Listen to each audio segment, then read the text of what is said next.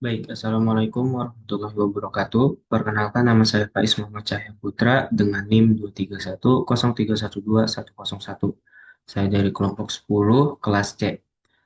Di sini saya akan menjelaskan milestone yang sudah diberikan oleh Pak Doni tugas dengan Orange Data Mining, yang dimana data setnya itu saya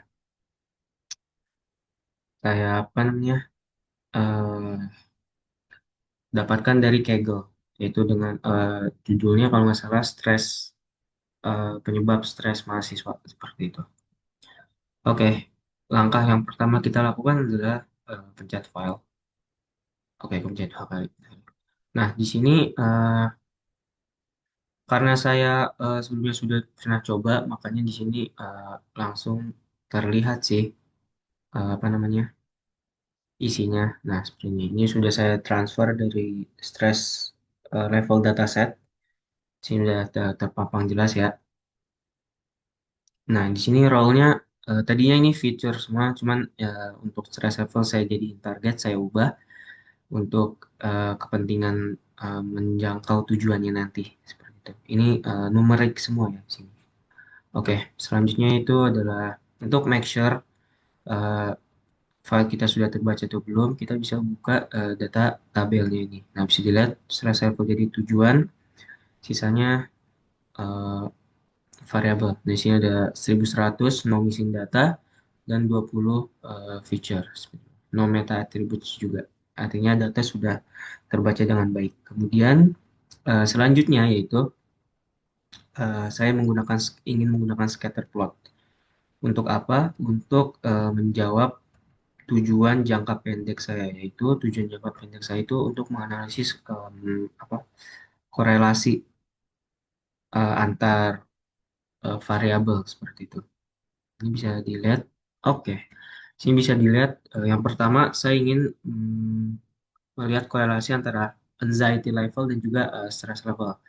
Nah, makanya ini adalah hasilnya yang dimana semakin besar anxiety level, maka akan semakin tinggi juga stress levelnya seperti itu. Nah, untuk yang kedua, saya ingin membandingkan sleep quality dan juga stress level.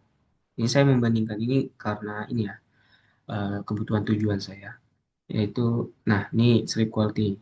Artinya apa? Artinya semakin eh, rendah kualitas tidurnya, maka akan semakin tinggi dari stress levelnya seperti itu. Nah di sini bisa dilihat. Oke, sudah untuk itu. Kemudian saya ingin menggunakan uji-uji untuk uji data dari data setnya ini. Yang pertama itu saya akan menggunakan uji linear, basic seperti biasa, dan juga random forest. Nah, kenapa saya pakai random forest di sini? Karena untuk dia tuh random forest lebih cocok untuk data psikologikal seperti ini ya. Jadi akurasinya sangat oke. Nah, kita akan langsung running aja. Kita tarik garis. Nah, untuk linear regresinya nggak usah diubah-ubah. Ikut standarnya aja. Kemudian kita akan melihat hasil dari kedua uji ini. Itu dengan test and score. Kedua uji, kedua model, sorry. Nah, kita tarik juga dari filenya ya, biar kebaca. Nah, oke, udah proses, udah loading. Oke, kita lihat di sini sudah ada hasilnya. Saya menggunakan cross validation di sini dengan number false-nya 10. Hasilnya yaitu errornya itu sangat-sangat kecil, 0,145, 0,381, 0,141 dan juga 30 sekian lah untuk si mapping ini. Dan R kuadratnya itu lebih besar si random forest dengan 0,78 atau sekitar 78% dibanding linear regression hanya 76%. Artinya akurasinya lebih tinggi si random forest seperti itu. Nah, ini compare-nya lebih besar yang random forest tentu. Oke, selanjutnya adalah saya ingin karena modelnya sudah terpilih yang paling efektif dan paling akurat yaitu random forest, maka saya lanjutannya itu ingin apa namanya uji prediksi lah terkait apakah modelnya ini memang sudah eh, akurasinya sudah baik atau tidak seperti itu. Oh sorry, ini terbalik saya. Ini data tabel. aturan tarik data tabel ya, bukan si scatter plot, karena scatter plot ini cuma buat analisis korelasi doang gitu. Ini saya benerin dulu. Oke, nah kita lihat di sini prediksinya. Oke, di sini sudah lihat stress levelnya sebagai target. Ini random forestnya dan ini hasilnya. Hasilnya apa? Kita lihat di sini MSE-nya hanya 0,03, RMSE-nya 0,175, MAE-nya 0,06 dan MAP-nya itu sangat-sangat kecil yaitu 125 sekian.